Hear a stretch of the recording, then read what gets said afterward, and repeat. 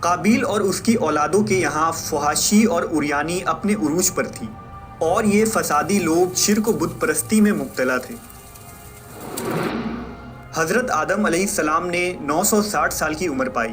روایتوں میں آتا ہے کہ آپ نے وفات سے قبل یہ وصیت کی کہ ان کے جسم مبارک کو جبل قیس کے غار میں رکھ دیا جائے، کیونکہ اس زمین پر ایک عظیم طوفان آنے والا ہے۔ جب یہ طوفان ختم ہو جائے اس کے بعد آپ کے جسم کو شام کی سرزمین میں دفن کیا جائے۔ لہٰذا وفات کے بعد حضرت آدم علیہ السلام کے جسم مبارک کو بنی شیث نے ایک تابوت میں رکھ دیا اور اسے جبل قیس کے ایک غار میں رکھ دیا۔ کہتے ہیں کہ اس غار کے باہر بنی شیث کے لوگ ہمیشہ پہرا دیا کرتے تھے، اور بنی قابیل اکثر اس غار کی طرف حملہ کرتے تاکہ حضرت آدم کی نعش مبارک کو اپنے ساتھ لے جائیں، لیکن طوفان نوح تک یہ تابوت حضرت آدم کے جانشین بنی شیث کے پاس ہی رہی۔ حضرت آدم علیہ السلام کے وفات کے 1 سال بعد بی بی حوا علیہ السلام بھی وفات پا گئیں۔ روایتوں کے مطابق جب حضرت آدم علیہ السلام کی وفات ہوئی اس وقت آپ کی اولادوں کی تعداد 40,000 تک پہنچ چکی تھی۔ آپ کے وفات کے بعد بنی آدم کے نگہبان اور حضرت آدم کے جانشین حضرت شیث علیہ السلام بنے۔ حضرت شیث پوری عمر اپنی آل و اولاد کی تربیت میں لگے رہے اور انہیں بنی قابیل کی طرف جانے سے منع فرمایا، کیونکہ وہ لوگ گناہ و فساد میں مبتلا تھے۔ دوسری طرف پہاڑیوں میں قابیل کی نسل بہت بڑھ چکی تھی۔ بنیادی طور پر انسان 2 گروہ میں بٹ گئے تھے۔ ایک طرف بنی قابیل یعنی قابیل کی اولاد تھی جو شیطان کے پیروکار تھے اور پہاڑیوں میں رہا کرتے تھے، اور دوسری طرف بنی شیث یعنی حضرت شیث علیہ السلام کی اولادیں تھیں جو زمین پر رہا کرتی اور کھیتی باڑی کیا کرتے تھے۔ بنی شیث حضرت آدم کے تعلیمات پر عمل پیرا تھے اور شرک و بت پرستی سے دور تھے۔ وقت گزرتا رہا، اولاد آدم پروان چڑھتی رہی، نئی نئی بستیاں اور زندگی گزارنے کے نت نئی نئی چیزیں ایجاد ہونے لگیں۔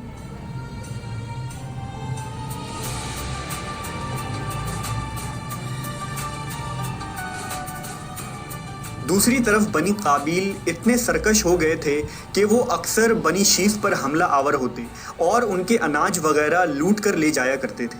دنیا کی پہلی جنگ بھی انہی 2 نسلوں کے درمیان ہوئی۔ جنگ کی وجہ یہ ہوئی کہ قابیل اپنے بیٹے کی شادی حضرت شیث علیہ السلام کی بیٹی سے کرنا چاہتا تھا، لیکن حضرت شیث نے اس شادی سے انکار کر دیا۔ لہٰذا ایک دن بنی قابیل کے شریر لوگ بنی شیث کی ایک لڑکی کو اٹھا کر لے گئے، جس پر حضرت شیث نے بنی قابیل کے علاقوں پر حملہ کر دیا اور ایک سخت جنگ کے بعد بنی قابیل کو شکست دی۔ اس جنگ کے بعد ان کے علاقوں کو تباہ و برباد کر دیا گیا اور اس لڑکی کو آزاد کروایا گیا۔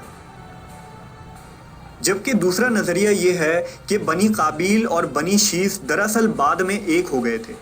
حضرت ابن عباس نے بیان کیا کہ اس زمانے میں 2 نسلیں آباد تھیں، ایک پہاڑ پر اور دوسری زمین پر۔ پہاڑوں کے انسان خوش شکل تھے اور عورتیں سیاہ فام تھیں، جبکہ زمین کے انسانوں کی عورتیں خوبصورت تھیں اور مردوں کے رنگ سانولے تھے۔ واقعہ کچھ یوں ہوا کہ ابلیس ایک دن انسانی شکل میں زمین والوں کے پاس آیا اور ایک شخص کا غلام بن کر رہنے لگا۔ پھر اس نے بانسری کی شکل کی ایک چیز ایجاد کی اور اس کو بجانے لگا۔ لوگ اس کی آواز سے مدہوش ہو گئے اور اس کے گرد